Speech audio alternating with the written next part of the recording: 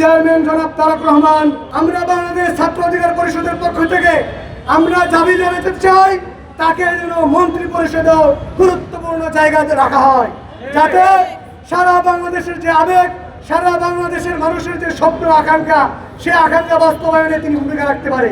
BP Nurul হক নূরের আজকের যে বিজয়, সেই বিজয়ে সারা বাংলাদেশের মানুষ আনন্দিত হয়েছে।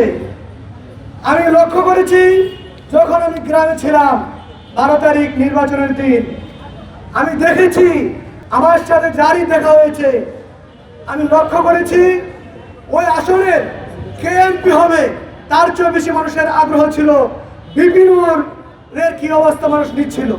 আমি যখন যাচ্ছিলাম রাস্তা দিয়ে, মানুষ জিজ্ঞাসা করছিল বিপি নুরের আসনের কি অবস্থা।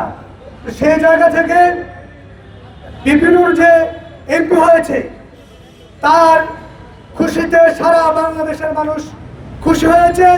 সে খুশিকে আমরা সবার কাছে পৌঁছে দেওয়ার জন্য আমরা আনুষ্ঠানিকভাবে আজকে আনন্দ মিছিল করেছি।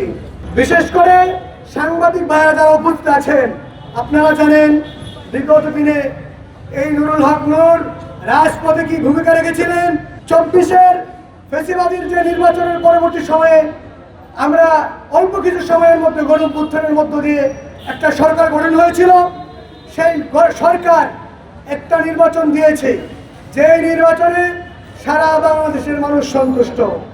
ডক্টর ইউনূস বলেছিলেন আমরা ইতিহাসের সেরা নির্বাচন উপহার দিব। তো আমরা ছাত্র অধিকার পরিষদ বলতে চাই, আমাদের দেখায় বাংলাদেশের সেরা নির্বাচন 2026 সালের 12 ফেব্রুয়ারিতে নির্বাচন হয়েছে।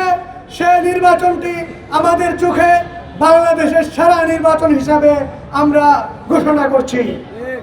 আমরা বলতে চাই, এই নির্বাচন নিয়ে কেউ কেউ বিতর্কিত মন্তব্য করছে, হয়তো রাজনৈতিক উদ্দেশ্য হাসিলের জন্য অনেকেই নানা ধরনের বক্তব্য দিতে পারেন, কিন্তু মাঠের বাস্তবতায় আমরা দেখেছি এই যে নির্বাচন, এই নির্বাচনে কোনো ধরনের কারচুপি হয় নাই, এবং এই নির্বাচনের যে সারাদিন কোনো ধরনের বড় ধরনের কোনো সহিংসতা হয় নাই, এবং যে ফলাফল ঘোষণার ক্ষেত্রেও কোনো খুব বড় ধরনের কোনো বাধাগ্রস্ত হয় নাই।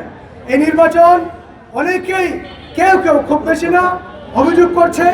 আমরা সে অভিযোগকে সাথে নিয়ে আমরা বলতে চাই, যারা নির্বাচিত হয়েছে আগামী দিনে বাংলাদেশকে এগিয়ে নিয়ে যাবে। এবং বিশেষ করে নুরুল হক নূর আলাদা, তার কথা আমরা এই জন্যই স্মরণ করছি, তিনি 18 সালের যে কোটা সংস্কার আন্দোলন, সেই আন্দোলনের মধ্য দিয়ে বাংলাদেশকে ফ্যাসিবাদ মুক্ত করার জন্য তিনি অগ্রণী ভূমিকা রেখেছিলেন। এবং 24 সালের যে গণঅভ্যুত্থান, সেই গণঅভ্যুত্থানের চলাকালীন 18 জুলাই তিনি কিন্তু ঘোষণা, শেখ হাসিনার পতনের ঘোষণা দিয়েছিলেন। আমরা এখান থেকে বলতে চাই, জুলাই গণঅভ্যুত্থানের শুরুতে যে শেখ হাসিনার ফ্যাসিবাদের পতন, সেই পতনের ডাক দিয়েছিলেন জনাব নুরুল হক নূর, আর তাকে সেজন্যই বিএনপির চেয়ারম্যান জনাব তারেক রহমান সমর্থন দিয়ে পটুয়াখালী 3 থেকে নির্বাচিত হওয়ার জন্য সহযোগিতা করেছিলেন। যেহেতু তিনি এখন এমপি নির্বাচিত হয়েছে, আমরা বাংলাদেশ ছাত্র অধিকার পরিষদের পক্ষ থেকে আমরা দাবি জানাতে চাই তাকে যেন মন্ত্রী পরিষদেও গুরুত্বপূর্ণ জায়গাতে রাখা হয়, যাতে সারা বাংলাদেশের যে আবেগ, সারা বাংলাদেশের মানুষের যে স্বপ্ন আকাঙ্ক্ষা, সে আকাঙ্ক্ষা বাস্তবায়নে তিনি ভূমিকা রাখতে পারে।